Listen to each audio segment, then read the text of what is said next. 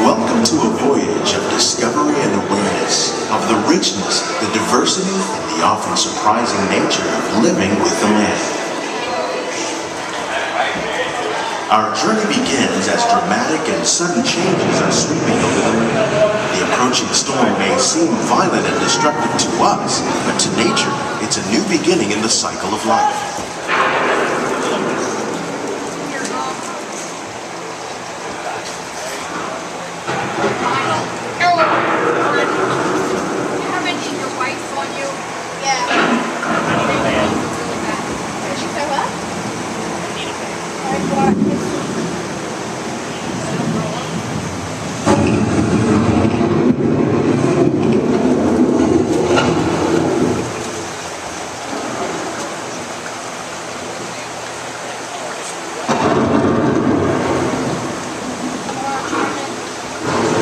The surface of the land reach trap water from the flowing mud, extracting precious nutrients and minerals.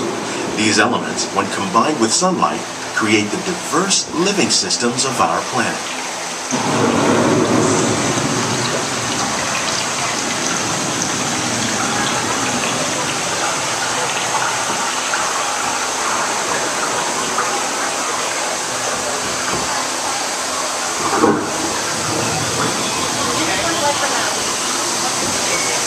One of those living systems is the rainforest, home to the most amazing concentration of life on our planet. These dense and beautiful forests cover only a tiny portion of the Earth's surface, but they contain more than half of its plant and animal species. Rainforests are also extremely rich and productive living systems, providing us with oxygen, food, medicine, and other elements essential to our lives.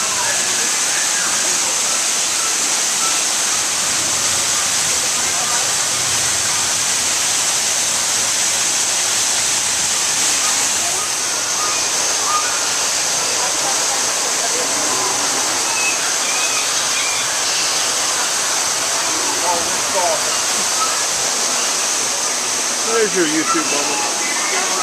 There's your YouTube moment. In the desert, nature has created a very different, but no less beautiful living system.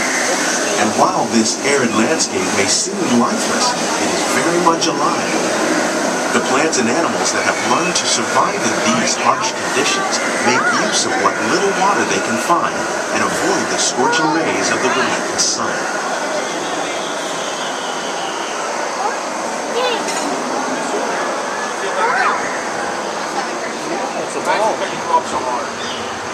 The American prairie once appeared as desolate as the desert, but over time, rainwater and nutrients gradually penetrated the hard surface of this land. Even the hooves of the mighty buffalo helped create the rich soil that would one day become home to the American farm.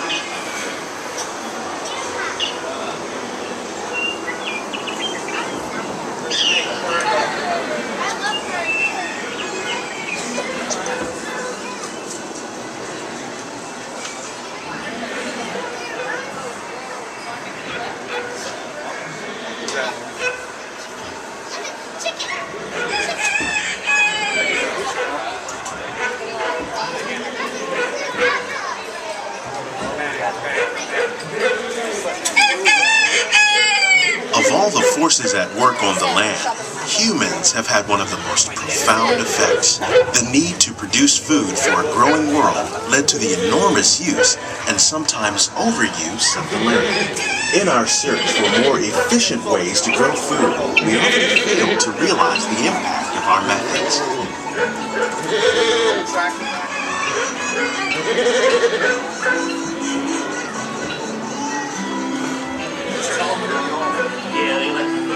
Today, we're learning to live with the land, discovering better ways to grow food that will assure both human and environmental well-being.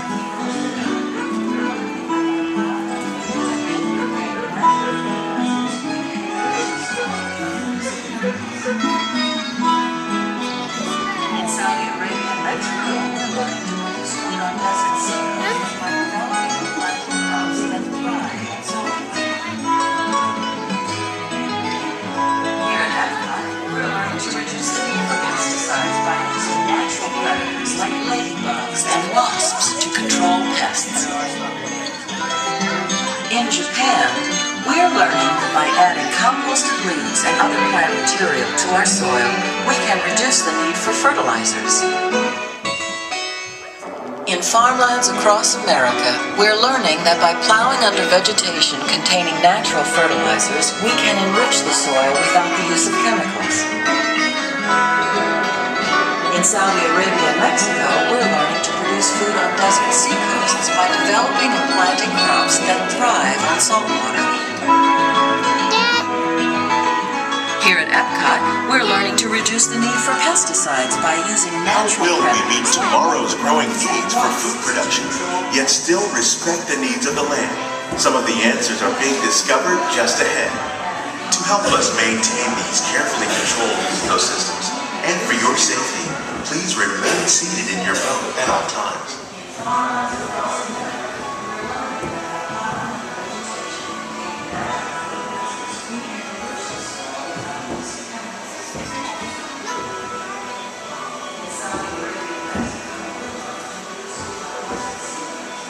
Welcome to our living laboratories, where scientists from EPCOT and the U.S. Department of Agriculture are exploring innovative ways to produce bountiful harvests now and into the future.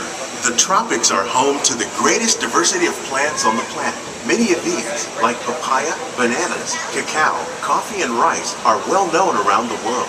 Others, like the jackfruit, fluted pumpkins, and dragon fruit growing here, represent the vast number of lesser-known tropical plants. As we learn more about these crops, we discover that many are rich in vitamins and minerals, while others are well adapted to growing in less than ideal conditions.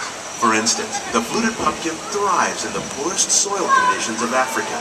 With its edible seeds and leaves, the pumpkin could become an important staple for areas where other crops don't grow easily. The unique-looking dragon fruit is actually a member of the cactus family. The fruits are high in vitamin C, rich in antioxidants, and have a light, sweet taste. The fruit originated in Mexico or Central America, but is already becoming popular in Asia. It could become a source of important nutrients for people living in many areas of the world.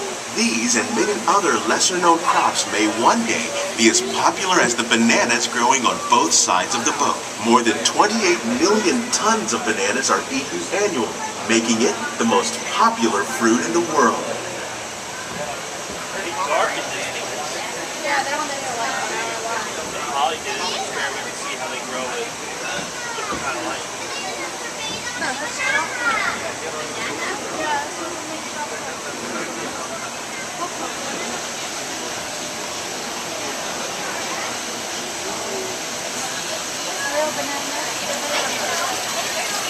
When we mention farming, you probably don't think of fish, but fish farming, or aquaculture, is an innovative way to increase harvests, protect wild fish populations, and produce a healthy crop.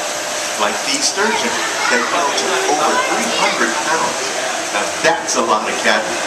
Tilapia, bass, and catfish are three popular crops raised by fish farmers around the world. Most are grown in open ponds, but innovative recirculation systems like ours can conserve water and improve production. More than 200 different species of aquatic animals and plants have been successfully farmed. Even these American alligators can be successfully raised in controlled environments like ours. Nearly half of all fish consumed worldwide is now raised on farms, making aquaculture an important part of our efforts to produce a bountiful harvest and protect natural resources year after year. We grow about 5,000 pounds of fish each year, many of which are featured in restaurants around Walt Disney World.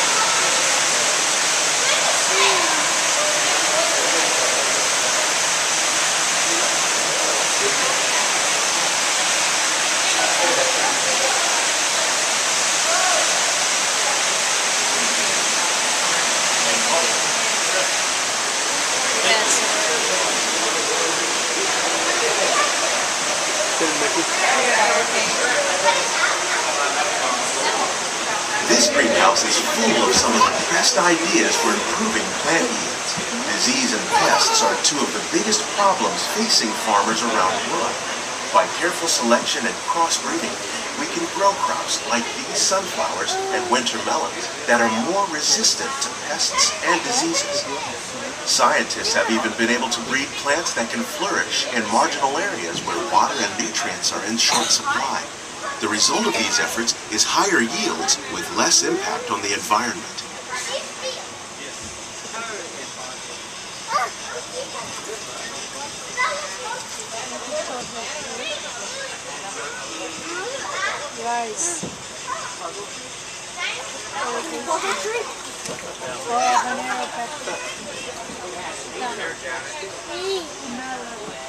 These plants are definitely on their way up.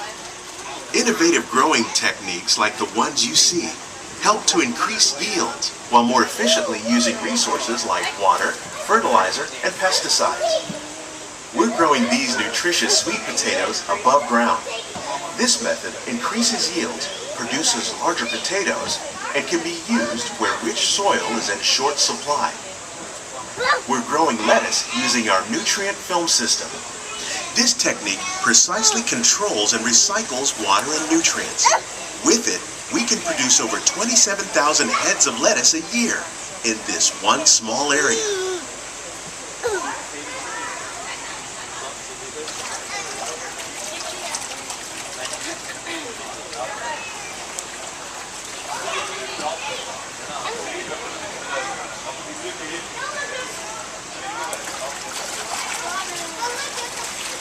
Here's something you don't see every day. Tomatoes growing on trees. These plants were originally developed by Chinese scientists. Tomato trees live longer and produce many more tomatoes. One of ours lived 16 months and produced over 32,000 fruits. Much of the produce you see growing in our greenhouses is served in the restaurants here at the land.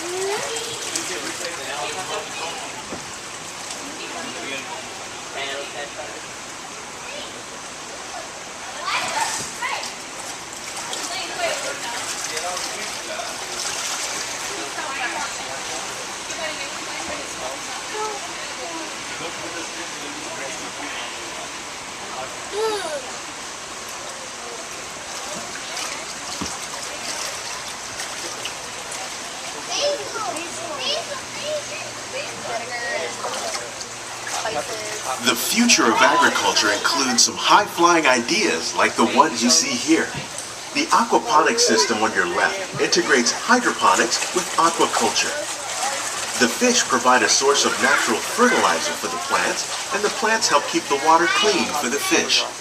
It's another great way to produce more while using less resources. In our lab, EPCOT scientists are working with the U.S. Department of Agriculture on a number of innovative projects. The goal of these efforts is to produce higher yielding and better quality plants.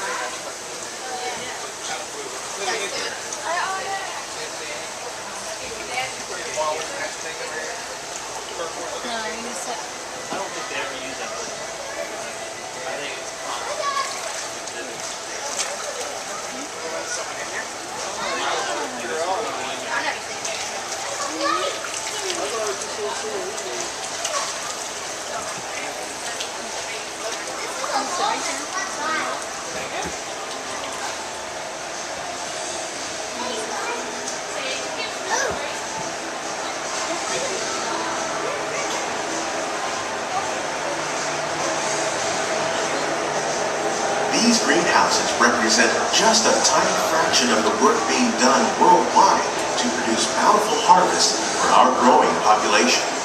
Around the globe, scientists, farmers, and even backyard gardeners are doing their part to improve the quality and yields of foods that we all rely upon.